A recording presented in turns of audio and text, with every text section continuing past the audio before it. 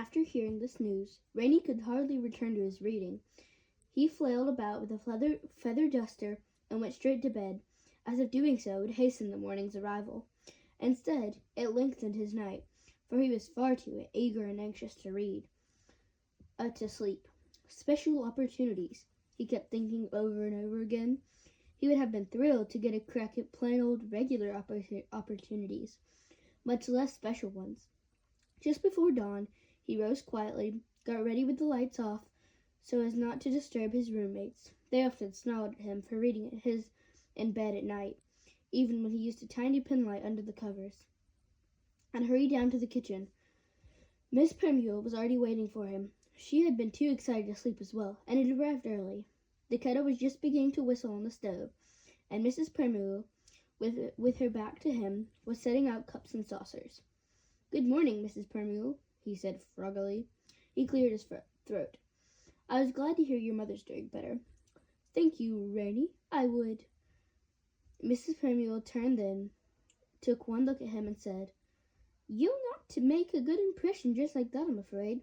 One mustn't wear striped pants with a checkered shirt, Rainy. In fact, I believe they must belong to a roommate. They're at least a size too big. Also, it appears that one of your socks is blue and the other purple." Rainy looked down at his outfit in surprise. Usually he was the least noticeable of the boys. He was of average size, of an average pale complexion. His brown hair was of average length, and he wore average clothes. This morning, however, he would stand out in a crowd, unless it happened to be a crowd of clowns. He grinned at Mrs. Primule and said, "I dressed this way for luck." "Luckily, you won't need luck," said Mrs. Primule, taking the kettle from the stove. "Now please go change, and this time turn your light. Never mind how your roommates grumble, so that you may have better luck choosing your clothes." When Rainy returned, Mrs. Primule told him that she had a long errand to run.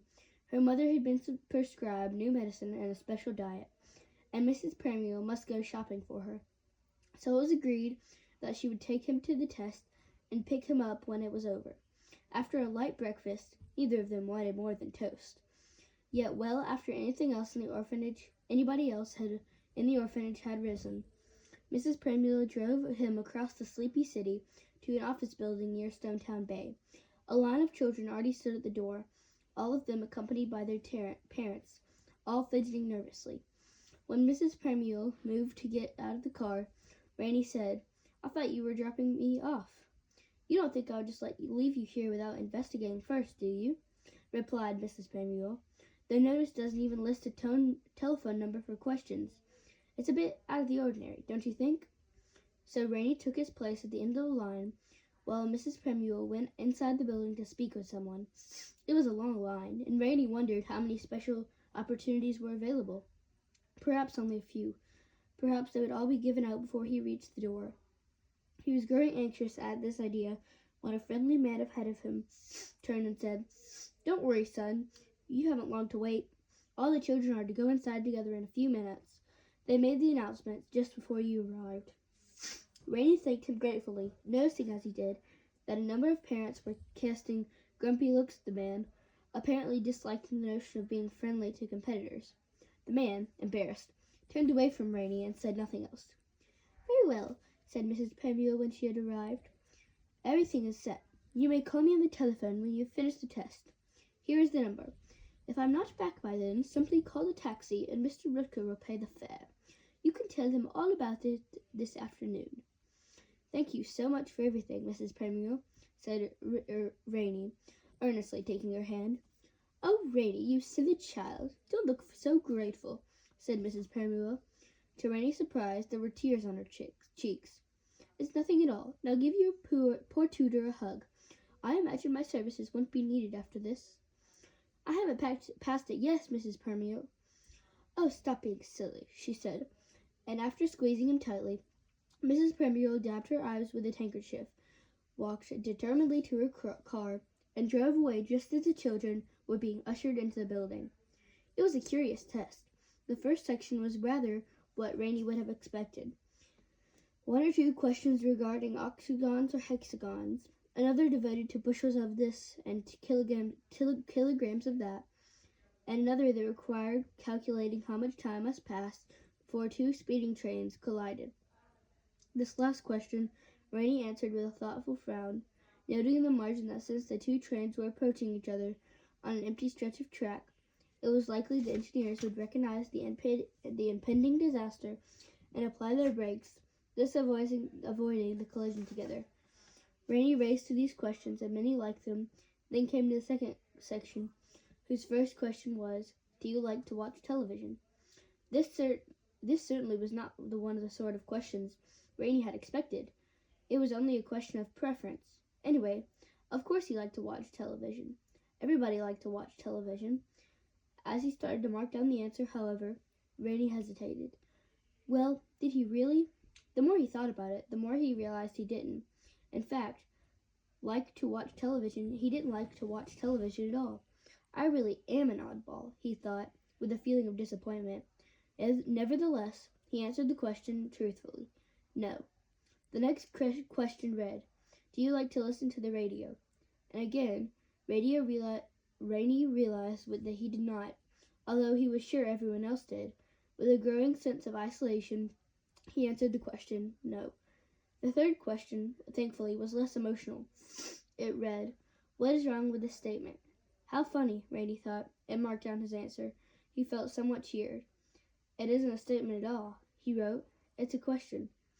The next page showed a picture of a chessboard, upon which all the pieces and pawns rested in their starting position, except for a black pawn, which had advanced 2 spaces.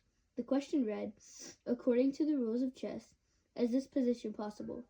Rainey studied the board a minute, scratched his head, and wrote down his answer. Yes. After a few more pages of questions, all of which Rainey felt confident he had answered correctly, he arrived at the test's final position. "Are you brave?" Just reading the words quickened Rainey's heart. Was he brave? Bravery had never been required of him. So how could he tell? Mrs. Premuel would say he was.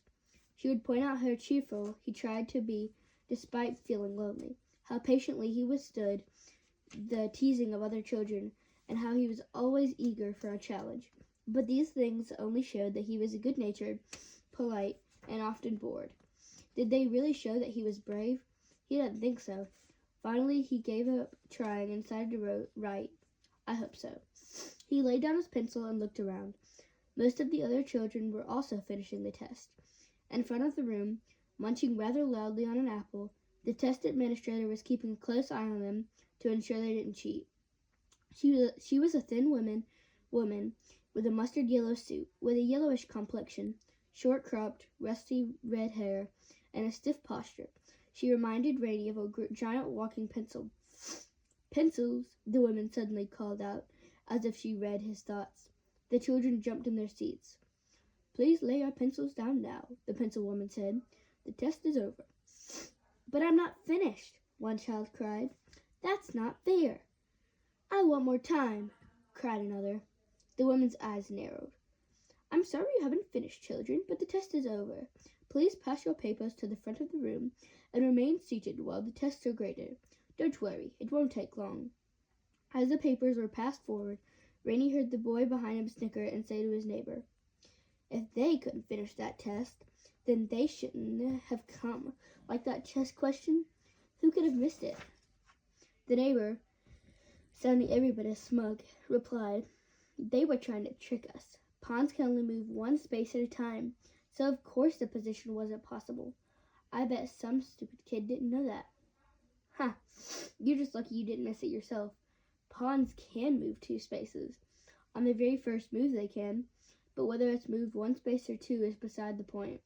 Don't you know that white always moves first? The black pawn couldn't have moved yet. It's so simple. This test was for babies." "Are you calling me a baby?" growled the other. "You boys there," snapped the pencil woman. "Stop talking." Rainey was suddenly anxious. Could he possibly have answered that question wrong?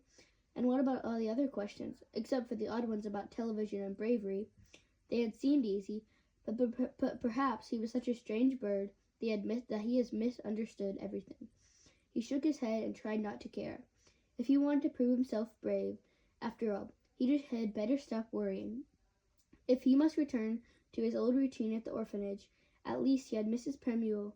What did it matter if he was different from the other children? Everyone got teased from time to time. He was no different in that respect. Rainey told himself this, but his anxious feelings didn't fade. After all the tests had been turned in, the pencil woman stepped out of the room, leaving the children to bite their nails and watch the clock. Only a few minutes passed, however, before she returned and announced, "I shall now read the names of the children admitted into the second phase of the test." The children began to murmur. A second phase? The advertisement had mentioned a second phase. The woman continued, "If your name is called, you are to report to the Monk Building on 3rd Street no later than 1 o'clock, where you will join children from other sessions who have also passed the test." She went on to lay out the rules about pencils, erasers, and disqualifications. Then she popped a handful of peanuts into her mouth and chewed ferociously, as if she were starving. Rainey raised his hand.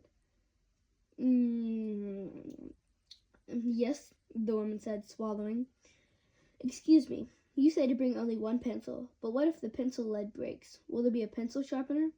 Again the boy behind Rainey snickered, this time muttering, "What makes him so sure he'll be taking that test? She hasn't even called the names yet." It was true. He should have waited until she called the names. He must have seemed very arrogant. Cheeks burning, Rainey ducked his head. The pencil woman answered, "Yes, if a sharpener should become necessary, one will be provided. Children are not to bring their own. Understood?" There was a general nodding of heads, after which the woman clapped the peanut grit from her hands, and took out a sheet of paper and continued, "Very well. If there are no other questions, I shall read the list." The room became very quiet. "Reynard Mulden," the woman called. Rainey's heart leaped. There was a grumble of discontent from the seat behind him, but as soon as it passed, the room grew quiet again, and the children waited with bated breath for the other names to be called. The woman glanced up from the sheet.